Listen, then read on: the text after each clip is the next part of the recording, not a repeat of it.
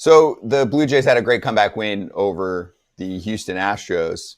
I'm not going to bury the lead here. We'll get to the game and also some bad news for Houston, some good news for Toronto, and some bad news for Toronto. We'll get to Bichette, but we might as well start with the juicy stuff, right? Buck Martinez, great broadcaster, calling Blue Jays games for a long time now, with this quote: "The Yankees, they're not a good team. I don't care what their record is. They have a lot of wild pitches, make a lot of mistakes in the field. They don't run the bases very well." So, AJ, if you're a Yankee, do you care at all about this quote?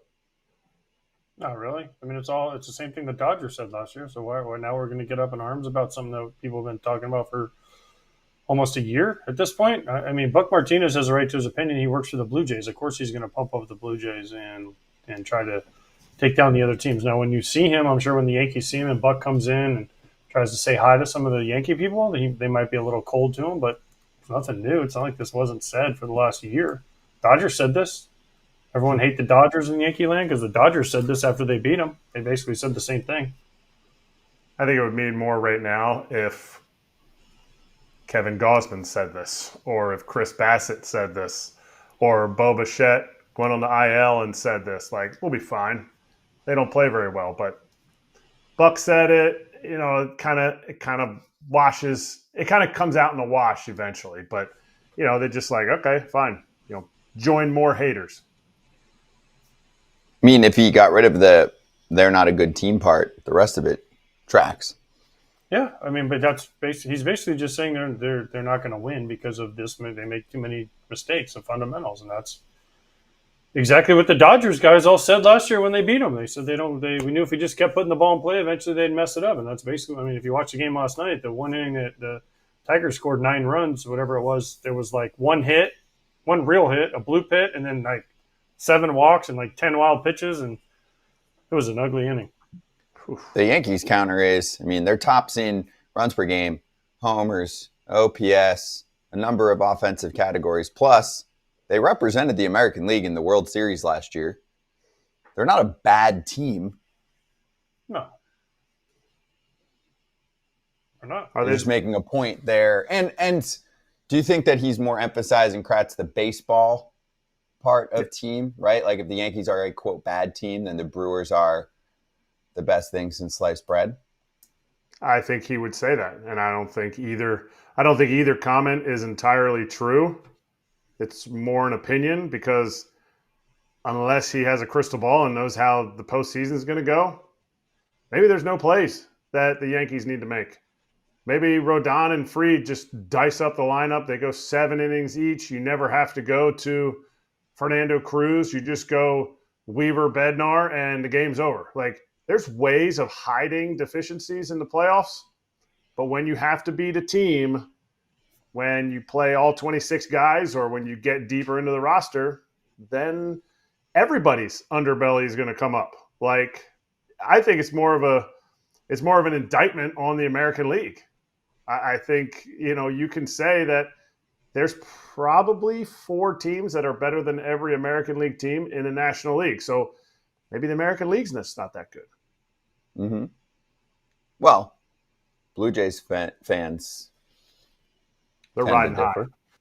They're riding high. I mean, they had a big win yesterday. Mm-hmm. So it's a no-hitter broken up in the 6th by, guess who? George Springer hit a freaking tank. Oof. Having a huge year. Comeback player of the year lock, unless I'm missing someone.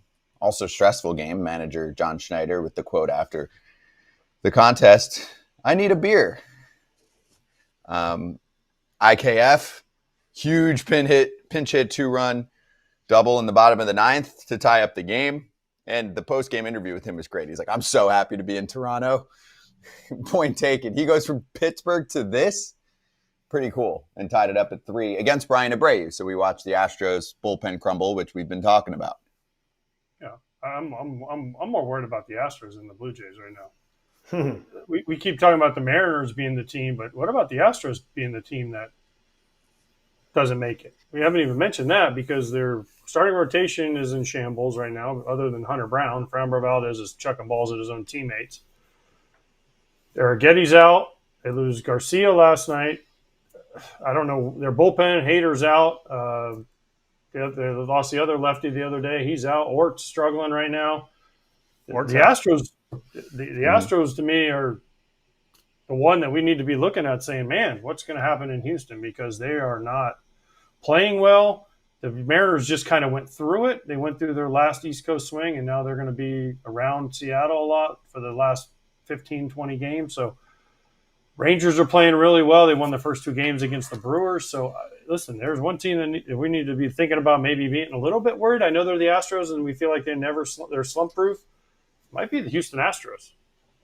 I went on the show this morning, and they asked me if I'm worried about the Astros. I'm like, you got to stop thinking the Astros aren't going to make the playoffs. But yesterday with Josh Smith on the show, he glazed over the fact that he's like, yeah, I think we can catch the Mariners. But he also said, I think the division's in sight. And when you let other teams in your division back in the race at the end, they feel, it seems like they look at it like, we got a shot. So maybe somebody catches the Astros. They just don't have – they can't lose a game when Abreu's in it. That was a huge hit by IKF in a playoff environment that now, is Abreu available tonight? Is Abreu available the next night? Like, they need everything to line up to win these games right now because they're not scoring that many runs. Did you guys see the Vladdy play in extras to erase Jose Altuve? John Schneider was like, he literally recited it. He goes, I'm in the dugout, and I'm going, no, no, no, yes. That is Here a play. It was an extra That innings. is a play Yep. that every high school, they do ground ball. You're doing infield, outfield. And they hit one to the first baseman, and every high school throws the ball to third. It irritates me. I'm like, this is a play that happens twice a big league season. And the fact that he got Altuve on that play from as deep as he was, like, to me, it's a super risky play. But he got him by a mile, so it wasn't even that much of a risk. But it is like so many high school coaches do that, practice that play, and it's like, please, just field the ground ball, touch first base. That's it. That's all. I need you to get the out. But also, you're in high school. You're not Vladdy Jr. Todd Helton used to be really good at doing this all the time. Todd Helton used to always try that. And it would work. From that deep? From that deep, it would though? work. Todd Helton would do it because Todd Helton could do it. I saw in the playoffs Kevin Millar get chucked out at third in 2005 by Iguchi, our second baseman, on the same play. I mean, Altuve's not even – he's probably thinking like, oh, I'm at third easy. And next thing you know, their throw is right in front of him, and he's out. So it was a great play by Vlad, just one you don't see a lot. I don't know why we don't see it as much. It's like a foregone conclusion. The ball sits to the right side, we're getting the out. But in extra innings, it's a great play by Vlad. And he made that, and he had the infield single. It was directly in Altuve's face. He threw Altuve out, and then he had the infield single on a ground ball to Altuve. That Vlad showed off that elite level first baseman speed that he has. I think he was the fastest sprint speed of any first baseman when we had done that earlier in the year. Vladdy was? Pretty sure. It was like Vladdy at first, Shea Langoliers at catcher. We just hit the rare ones. It was the sprint speed thing that we had hit on. No? Who is it? Vladdy Jr.? He's 32nd percentile. Of first baseman. Of first baseman. Or no, total, but still, there's first basemen that are higher than that. I promise you. Okay. I will He find was them. cooking. He was cooking on that infield single. When he did that last night, I was like, oh, I remember when we talked about that. But I remembered wrong. I misremembered. I mean, I would say he's probably more athletic than most people give him credit for. That would probably be the way to put it. But I'll find the sprint speed one for you. We have the article in the Roar. I'll look for it. Time for your weekly Arena Club segment where we see what AJ pulls from a slab pack. And here we go. Pulling a little Emerald pack this week, AJ. Looking for something big. Always. I'm always looking for the big thing. Next big thing, Scott. Big money, baby. Yep. No whammies.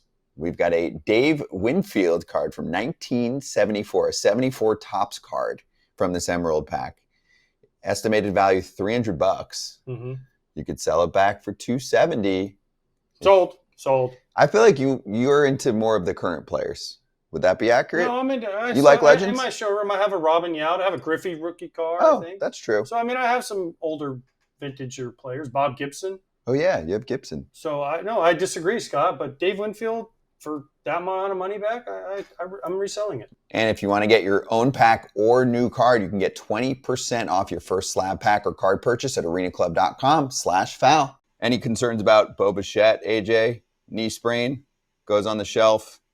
Also, on the other side, Anthony Santander is coming back soon. 50 games, shoulder inflammation, rehab assignment, cranking. But is that going to mess up what they have going? Because their outfield with Varsho and Springer and Barger and some of these other guys that are just running around out there have been pretty good. So why don't we just – I don't know. I mean, he hasn't done much, and they're playing pretty well. So kind of like, do we want to mess with it? I don't know. What would you do?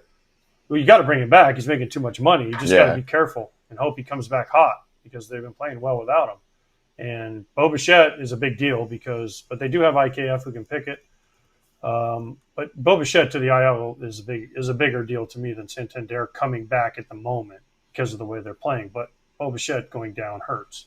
And they just need him to be 10 days back. I just wonder if Santander, when he comes back, how much of a leash do they give him? Because to me, he puts more fear in the lineup than without him. No offense to the guys who have been doing well, but everybody looks at that lineup and they're like, I don't know if these guys are going to beat us. And then they end up beating you. But I think with Santander in there, there's a level of fear that one swing can put them up. Bo also just completely returned back to what he was, right? Last year was the outlier. Mm-hmm. Bo's having a good year with 311, 840 OPS. I mean, just the problem is you have Davis Schneider. Miles Straw's having a really good year for him, for Miles Straw.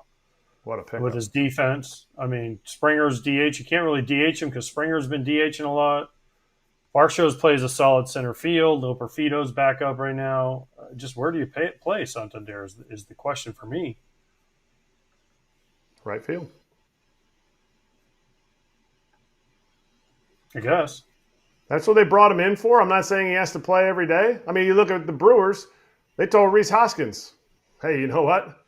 You're going to kind of be, they didn't say bench role, but there's not really a lane for him to get at bats right now.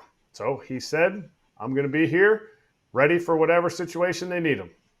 That's tough. I mean, Rhys Hoskins, I think, I guess I shouldn't speak too quickly, but I think he's done more than Santander in his career. But Santander has done it more recently.